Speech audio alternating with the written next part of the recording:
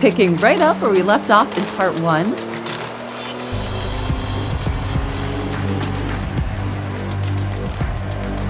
...207 horsepower and 222 foot-pounds of torque to the wheels. Not bad for a 200,000-mile-old Toyota 4-liter V6. But sorry, we need a little more power.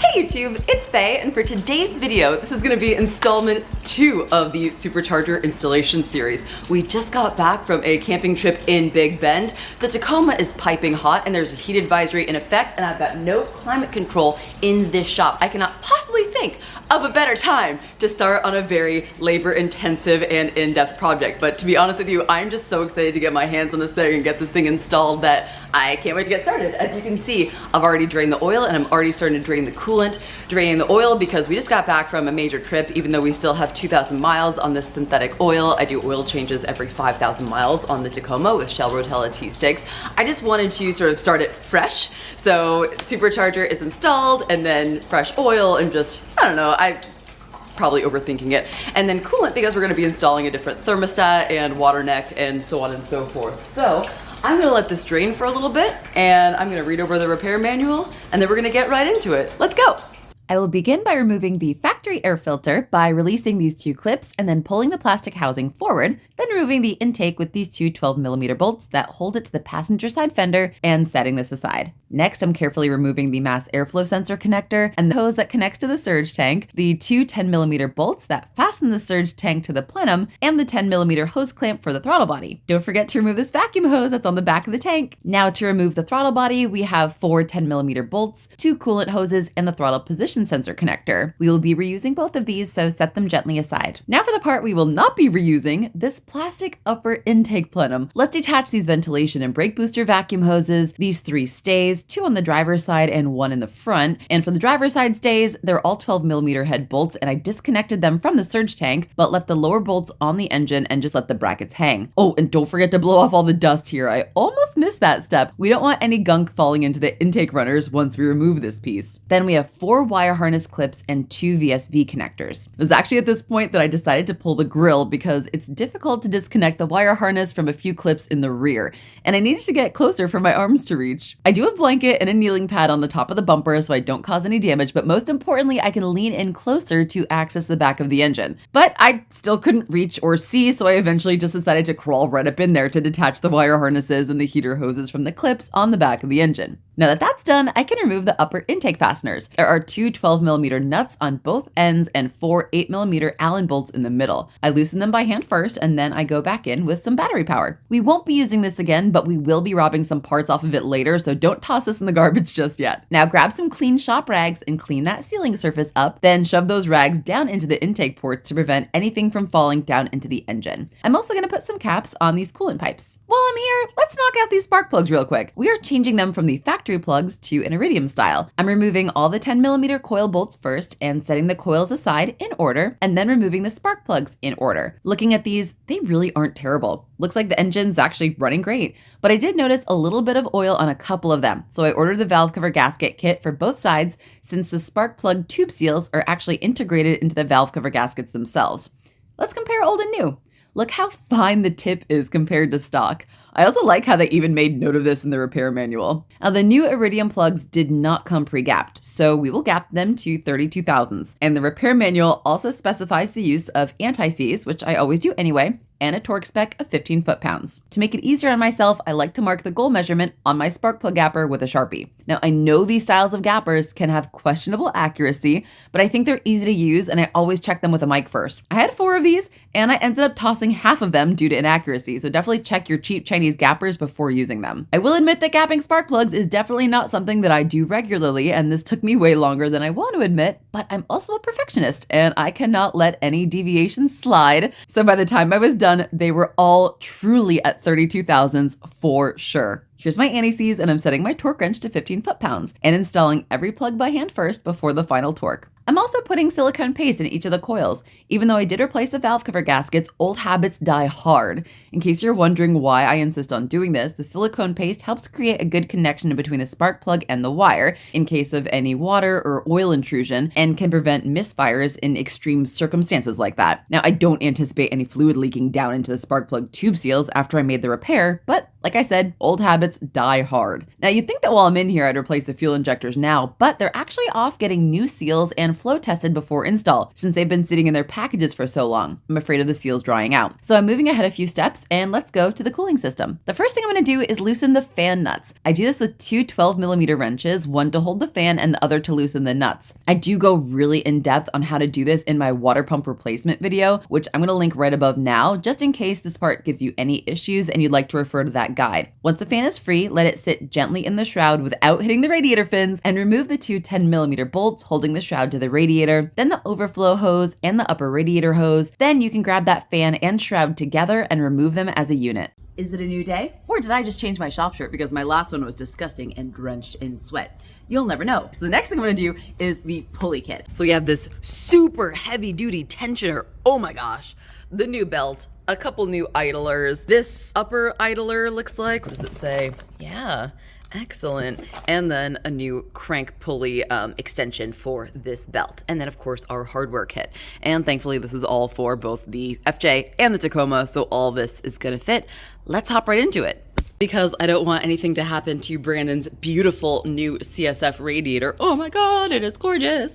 I could take it out. I don't know. I have to disconnect the lower radiator hose anyway. I might take it out. But in the meantime, I just cut this piece of cardboard and it fits perfectly. And I'm just going to tape it into place to protect anything from hitting the radiator, because we're obviously going to be working in this area.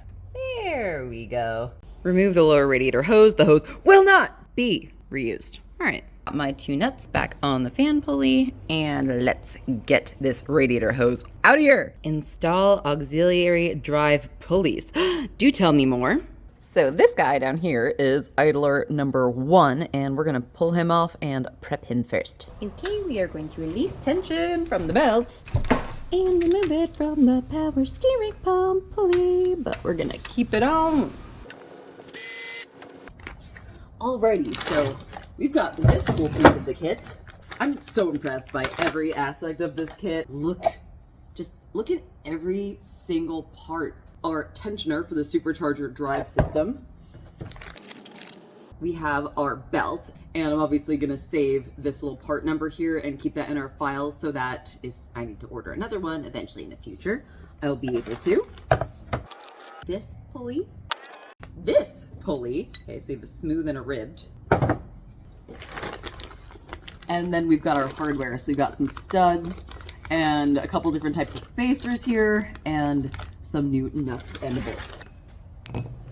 We've got two idler spacers, one that does not have a groove and one that does have a groove. This one is the one without a groove.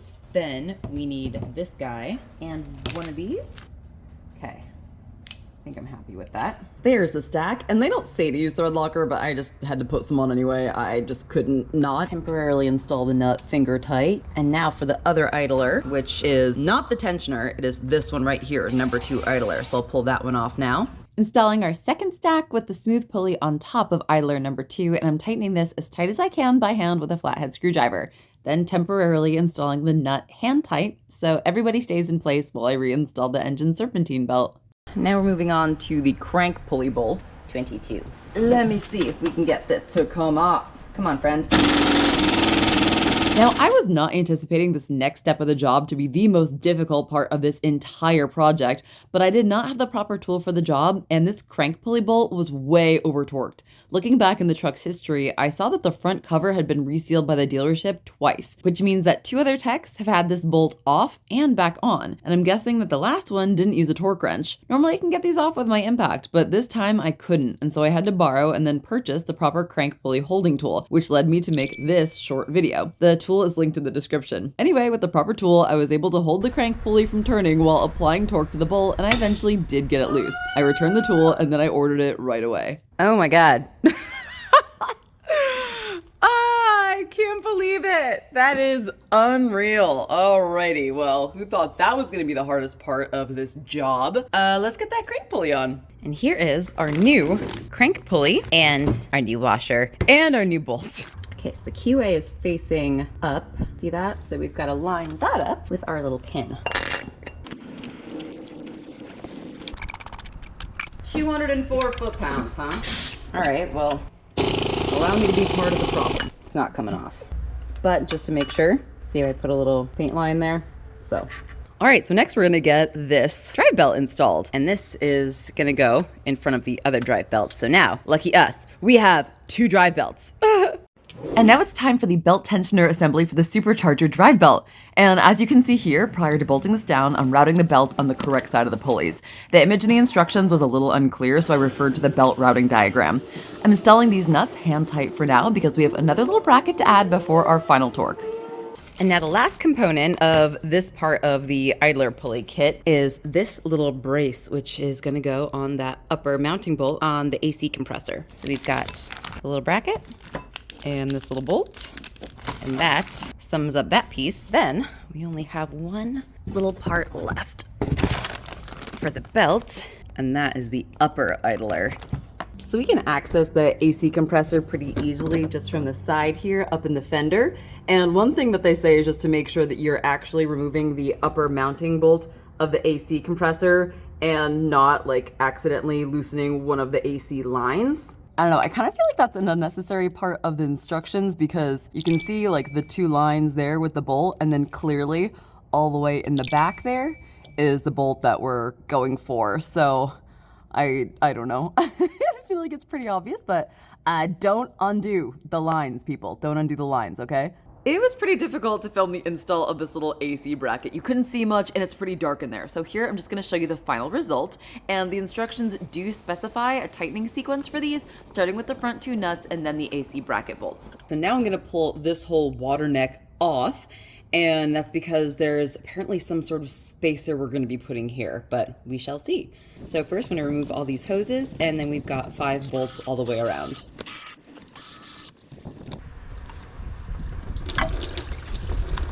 Sick. Okay, well this is exciting. Aside from the Supercharger itself, all we have left are 3 packages of parts, a lower radiator hose, and a couple items left from the fit kit, which we'll get to those at the end. I can't do those until the Supercharger is on, so we are getting close to the finish line. So now we're at the point where we're gonna do the extension for the water pipe. Here are our new bolts. We had to discard the old bolts. Old stuff. It says a throwaway. I can't throw any of this stuff away. I'm going to keep it all. And we've got some spacers, some new O-rings, and this here is a little extension. So let's get this open, and let's see where all these things go. Prior to installing these O-rings, I'm going to lube them up with a little bit of silicone paste to make sliding them into place a bit easier. You can also lube them up with coolant. Make sure to clean up the inner part of the water outlet here where this O-ring sits and that other flat O-ring sealing surface. I like to put a little petroleum jelly on this O-ring just to keep it held in place during installation onto the engine. And I'm sure I'm gonna drop all of these, but let's get these bolt-in spacers installed too, because why not? We're playing on final boss mode level, I guess. What the heck? Now I actually decided to defy the instructions, and I did end up pulling the tube insert out of the housing and installing it onto the engine first before sliding the water neck onto the engine. I don't know, it just felt right to do it this way, and now that I'm looking back from many months in the future, I can tell you that this technique does work and we have no leaks. I did begin threading in all of the bolts by hand first, then move on to my battery-operated tools to make the install a little quicker, and then I performed the final torque by hand, and I reattached all of my hoses. And that's it for the water neck spacing. Turning back a few pages in the repair manual to the injectors. Yes, they're fresh out of the box, but injectors can go bad from sitting in storage, and I didn't want to take any risks and install these without checking them. I was also curious what they were, and they didn't specify the flow rate in the repair manual. So while I was working on other parts of the install, Brandon brought the injectors to Tracy at Fuel Injection Specialties, who gave them a thorough inspection and servicing. I calculated them to be like a 50 pound per hour injector. Yeah. At 3 bar. So what'd you find out? Are they bad? They're perfect. They're perfect? Yes. They're like 20 years old. Yeah, and looking at them, the filters look brand new. They stored well and no problems. Is that common for them to last that long? Not necessarily. Certain injectors seem to have more issues than others after you service them because of the harshness of the chemicals. So we use a conditioner in them to try and prolong the shelf life. So it has that in there, but I think you're going to use them before you need that. Yeah, I think so. Yeah, we're putting them right on. Thank you Very so good. much for flow testing them. Our pleasure. Our Yes. pleasure.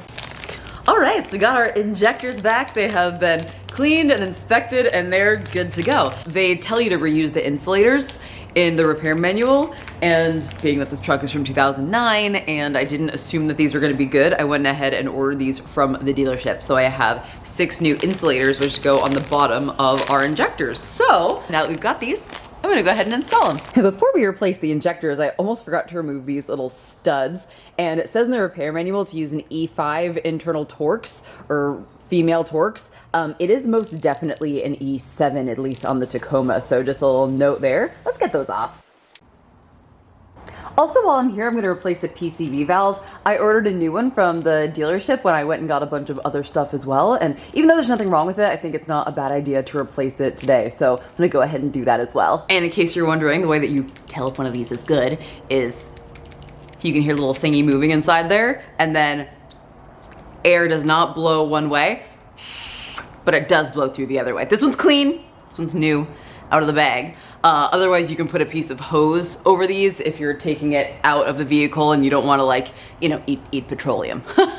Also, this hose has a crack in it, and I ordered a new one on Amazon, and that should be here sometime today.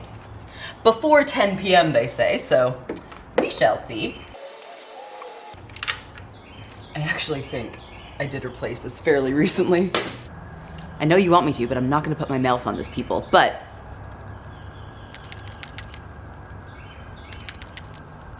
there's an audible difference. So I'm glad that I'm replacing this. And this is sort of like pipe thread style, so you just turn that in until it feels pretty snug, and you're fine.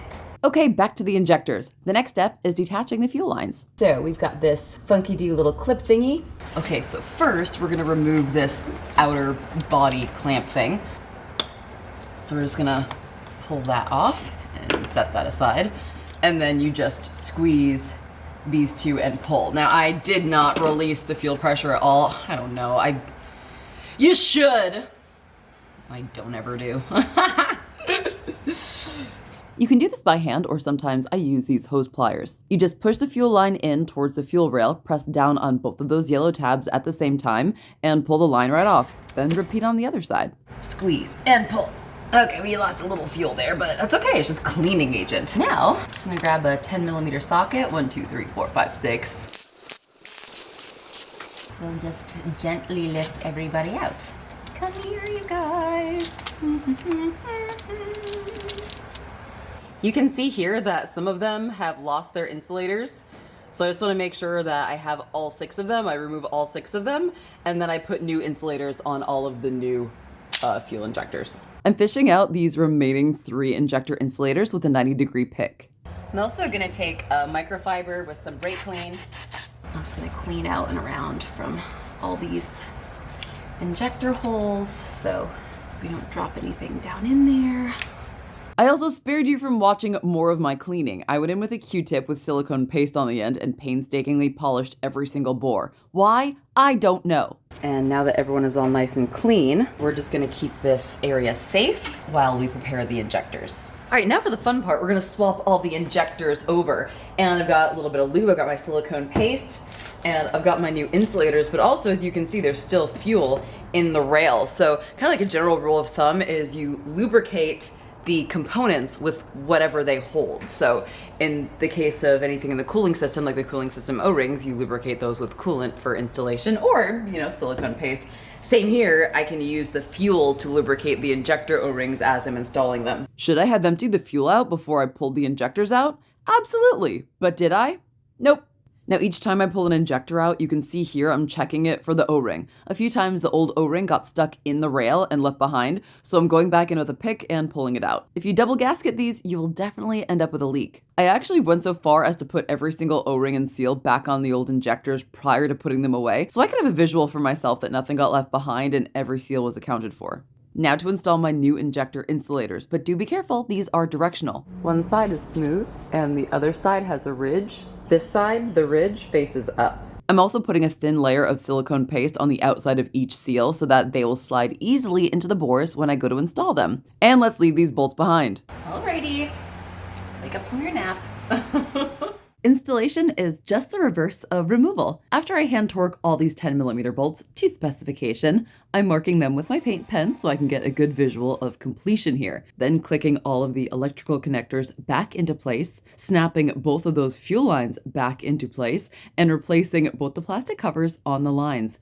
And that wraps up the injector swap. Okay, that's right. I thought I remembered reading this. Okay, to ensure clearance to the supercharger manifold, pry the wire loom retainer up and off of the stud on the left-hand cylinder head cover. Do not omit this step.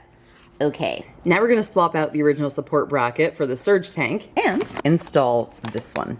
All right, it looks like this and this also have to go. Also totally random, but while I'm here, I hate that this is seeping and I hate that this is seeping. So I totally got new O-rings for both of those. So I might as well just quickly take that off, replace the O-ring, and grab those two at the same time. Why not?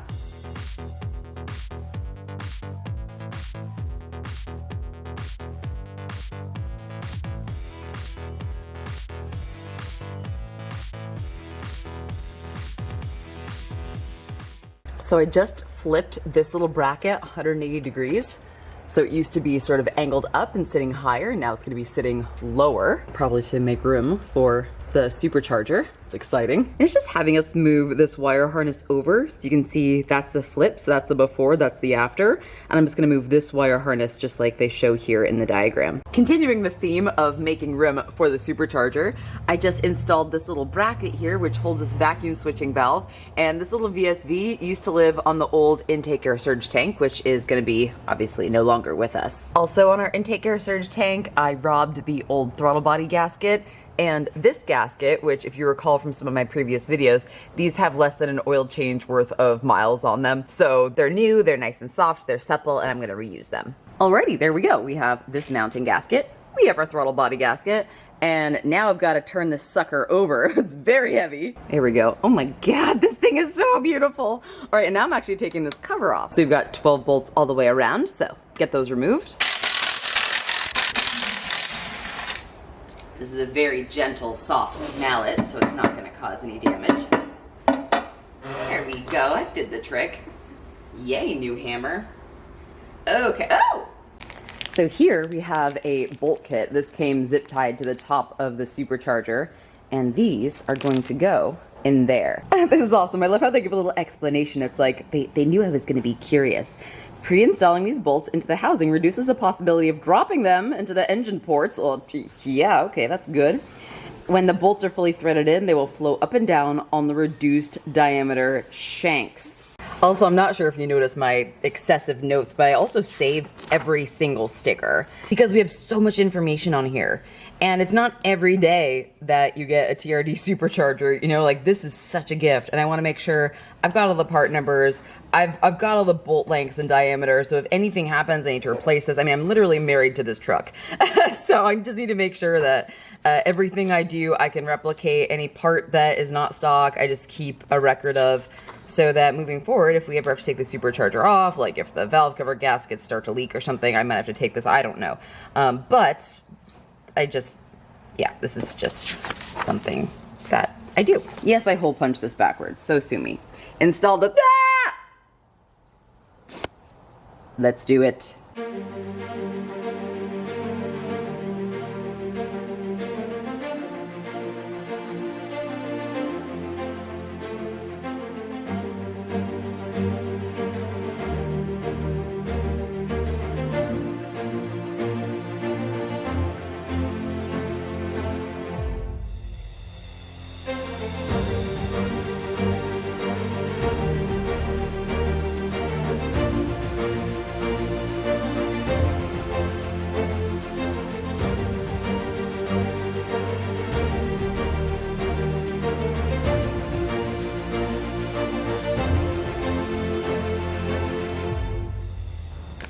This is exciting.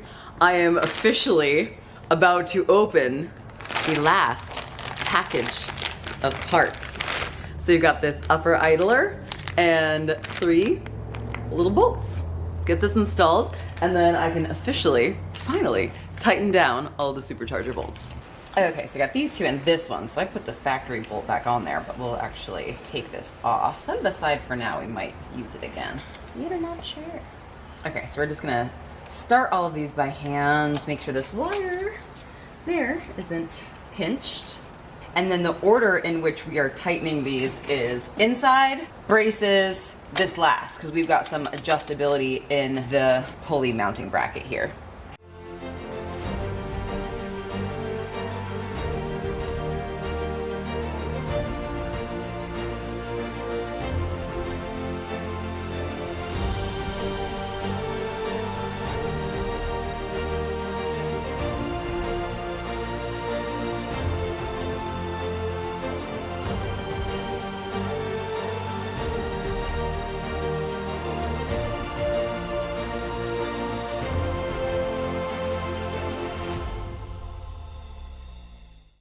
And now it's time to finish installing our drive belt. And I just took a picture of the repair manual and put it on my phone and stuck it right here. Now the kit does come with a sticker, but I'm gonna let Brandon put the sticker on and put all the stickers on wherever he wants them. So we'll see. I'm just gonna do this. So we've got the crank pulley and then underneath the tensioner. And then this is gonna come up here over the idler, over the supercharger pulley, underneath here, and on that side of the idler. So I've got to release tension on the tensioner here so I can actually get this installed, but that's what it is eventually gonna look like. All right, well next it wants us to go ahead and install the fan shroud, all that sort of stuff, and that's cool, I'm down with that, but I'm actually gonna jump ahead, and I've been jumping all through the repair manual here, so it's, you know, we're not quite following it in the order of operations, but you see I've already done all this stuff. I'm actually gonna jump ahead to installing the vacuum hoses, and let's get all of this stuff done right now because having all that detached is kind of bothering me. So we're gonna pick up right here, number 21, installing the vacuum hoses. So let's do this. Alrighty, let's connect these guys. So the old hose was really cracked, so I just got some bulk hose and ran it, and you can see it's not interfering with anything. It looks really nice. It's just underneath there, just chilling, and going on our little evap vacuum switching valve right there. And you can also see I made a new bracket because before it was sort of hitting underneath here, so I don't know if maybe this was just part of the FJ kit and this is just something I had to make new. Also, I know what you're wondering, so let me solve the mystery. Yes, we can still add oil. Haha, it's a win. I actually already added the oil before I put the supercharger on because I honestly wasn't sure. I mean, TRD, I should have known. But anyway, okay, there's oil in there. We've added it, but if we need to add more, we still can. All right, moving on. Now we've got this little bracket, which is the last from our other kit, and that is gonna go right here. This is actually gonna be the mount for the intake air box, and we're just gonna install this finger tight for now. There we go. But actually before I put the intake air box back on and do that, I'm actually going to install this exhaust manifold again and get the exhaust pipes connected back up because now that this is all open, I can access it and I can see. So this is such a spastic install. Are you guys loving this or is this stressing you out? But check this out though. So right now I've just got a plug there, just for now, but look at this. Seriously, which one's factory? Which one's Danny? Like I had to do a double take. This is beautiful. Oh my God, Danny is the man. I love this. If you also think Danny is the man, let me know in the comments below. Just give Danny a shout out. Be like, Danny, you are the shit. He is the shit. Okay. All right, I'm gonna get this installed right now. Wait a second, Faye. When did you even pull the exhaust manifold? And what are you talking about with Danny welding in that bung? Ah, what a freaking fantastic question. And I cannot wait to show you all of that part and the conclusion of this install and our final dyno pulls. But I think that this video is already getting super long and incredibly full of information as it is. So I'll save all of that for part 3. So stay tuned. And thank you so much for watching my Supercharger installation series. I'll see you guys for the rest of this in my next video. Bye for now.